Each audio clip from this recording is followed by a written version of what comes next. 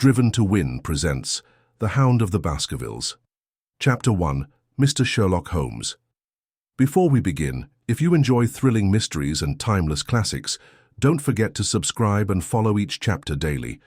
Now close your eyes and step into the foggy streets of London. Let's begin. Mr. Very late in the morning, save upon those not infrequent occasions when he was up all night, was seated at the Sherlock Holmes, who was usually breakfast table. I stood upon the hearthrug and picked up the stick, which our visitor had left behind him the night before. It was a fine, thick piece of wood, bulbous-headed, of the sort which is known as a Penang lawyer. Just under the head was a broad silver band nearly an inch across. To James Mortimer, MRCS, from his friends of the CCH, was engraved upon it, with the date 1884. It was just such a stick as the old-fashioned family practitioner I used to carry, dignified, solid, and reassuring. "Well, Watson, what do you make of it?" Holmes was sitting with his back to me, and I'd given him no sign of my occupation. "How did you know what I was doing?" "I believe you have eyes in the back of your head." "I have at least a well-polished silver-plated coffee pot in front of me," said he. "But tell me, Watson, what do you make of our visitor's stick, since we have been so unfortunate as to miss him and have no notion of his errand?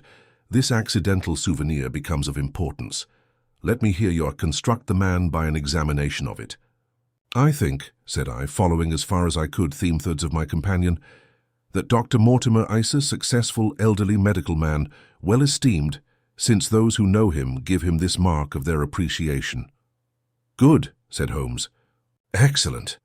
I think also that the probability is in favor of his being a country practitioner who does a great deal of his visiting on foot." "Why so?" "Because this stick, though originally a very handsome one, has been so knocked about that I can hardly imagine a town practitioner carrying it. The thick iron ferrule is worn down, so it is evident that he has done a great amount of walking with—" "Tell me, start perfectly sound," said Holmes. "And then again there is the Friends of the CCH. I should guess that to be the something hunt, the local hunt, to whose members he has possibly given some surgical assistance, and which has made him a small presentation in return." "Really, Watson, you excel yourself," said Holmes, pushing back his chair and lighting a cigarette. "I am bound to say that in all the accounts which you have been so good as to give of my own small achievements, you have habitually underrated your own abilities. It may be that you are not yourself luminous, but you are a conductor of light. Some people, without possessing genius, have a remarkable power of stimulating it. I confess, my dear fellow, that I am very much in your debt." He had never said as much before, and I must admit that his words gave me keen pleasure, for I had often been piqued by his indifference to my admiration and to the attempts which I had made to give publicity to his methods. I was proud, too, to think that I had so far mastered his system as to apply it in a way which earned his approval. He now took the stick from my hands and examined it for a few minutes with his naked eyes. Then, with an expression of interest, he laid down his cigarette and, carrying the cane to the window, he looked over it again with a convex lens. "Interesting, though elementary," said he. Ash returned to his favorite corner of the settee. "There are certainly one or two indications upon the stick. It gives us the basis for several deductions. Has anything escaped me?" I asked with some self-importance. "I trust that there is nothing of consequence which I have overlooked. I am afraid, my dear Watson, that most of your conclusions were erroneous. When I said that you stimulated me, I meant, to be frank, that in noting your fallacies I was occasionally guided towards the truth. Not that you are entirely wrong in this instance. The man is certainly a country practitioner, and he walks a good deal." "Then I was right, to that extent. But that was all." No, my dear. Watson, not all, by no means all. I would suggest, for example, that a presentation to a doctor is more likely to come from a hospital than from a hunt, and that when the initials CC are placed before that hospital, the words Charing Cross very naturally suggest themselves. You may be right. The probability lies in that direction, and if we take this as a working hypothesis, we have a fresh basis from which to start our construction of this unknown visitor. Well then, supposing that CCH does stand for Charing Cross Hospital, what further inferences may we draw? Do none suggest themselves? You know my methods. Apply them.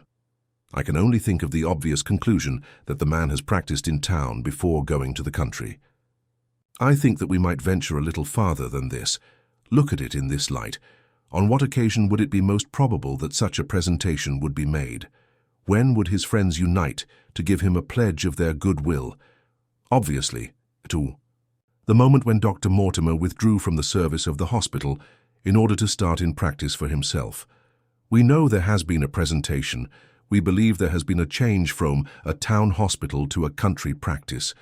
Is it then stretching our inference too far to say that the presentation was on the occasion of the change? It certainly seems probable. Now, you will observe that he could not have been on the staff of the hospital, since only Ammon, well established in a London practice, could hold such a position, and such a one would not drift into the country. What was he then? If he was in the hospital and yet not on the staff, he could only have been a house surgeon or a house physician, little more than a senior student. Auntie left 5 years ago. The date is on the stick. So your grave middle-aged family practitioner vanishes into thin air, my dear Watson, and there emerges a young fellow under 30, amiable, unambitious, absent-minded, and the possessor of favourite dog, which I should describe roughly as being larger than a terrier and smaller than a mastiff. I laughed incredulously as Sherlock Holmes leaned back in his settee and blew little wavering rings of smoke up to the ceiling. As to the latter part, I have no means of checking you, said I, but at least it is not difficult to find out a few particulars about the man's age and professional career. From my small medical shelf I took down the medical directory and turned up the name. There were several Mortimers, but only one who could be our visitor. I read his record aloud. Mortimer James, M.R.C.S., 1882, Grimpen, Dartmoor, Devon. House surgeon from 1882 to 1884 at Charing Cross Hospital. Winner of the Jackson Prize for Comparative Pathology, with essay entitled Is Disease a Reversion? Corresponding member of the Swedish Pathological Society. Author of Some Freaks of Atavism, Lancet, 1882. Do We Progress? Journal of Psychology, March 1883. Medical officer for the parishes of Grimpen, Thorsley and High Barrow. No mention of that local hunt, Watson, said Holmes with a mischievous smile. But a country doctor, as you very astutely observed. I think that I am fairly justified in my inferences. As to the adjectives, I said, if I remember right, amiable, unambitious, and absent-minded.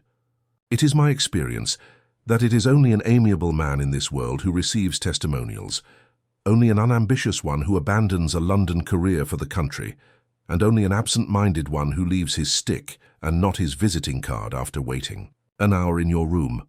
And the dog has been in the habit of carrying this stick behind his master. Being a heavy stick, the dog has held it tightly by the middle, and the marks of his teeth are very plainly visible. The dog's jaw, ashorn, in the space between these marks, is too broad in my opinion for a terrier, and not broad enough for a mastiff. It may have been, yes, by Jove, it is a curly-haired spaniel. He had risen and paced the room as he spoke. Now he halted in the recess of the window. There was such a ring of conviction in his voice that I glanced up in surprise. My dear fellow, how can you possibly be so sure of that? For the very simple reason that I see the dog himself on our very doorstep, and there is the ring of its owner. Don't move, I beg you, Watson. He's a professional brother of yours, and your presence may be of assistance to me. Now is the dramatic moment of fate, Watson, when you hear a step upon the stair which is walking into your life, and you know not whether for good or ill. What does Dr. James Mortimer, the man of science, ask of Sherlock Holmes, the specialist in crime? Come in. The appearance of our visitor was a surprise to me, since I had expected a typical country practitioner.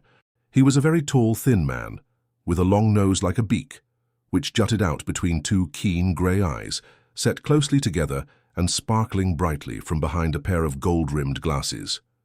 He was clad in a professional but rather slovenly fashion, for his frock-coat was dingy, and his trousers frayed. Though young, his long back was already bowed, and he walked with a forward thrust of his head and a general air of peering benevolence. As he entered, his eyes fell upon the stick in Holmes's hand, and he ran towards it with an exclamation of joy.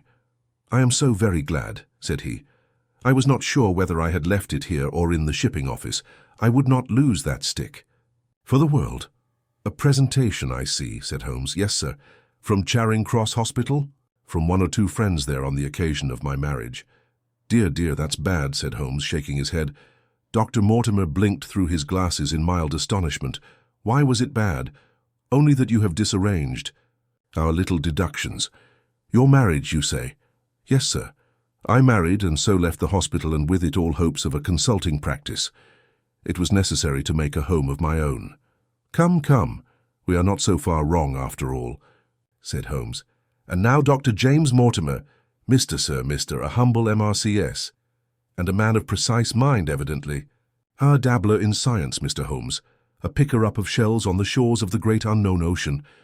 I presume that it is Mr. Sherlock Holmes whom I'm addressing, and not— No, this is my friend Dr. Watson.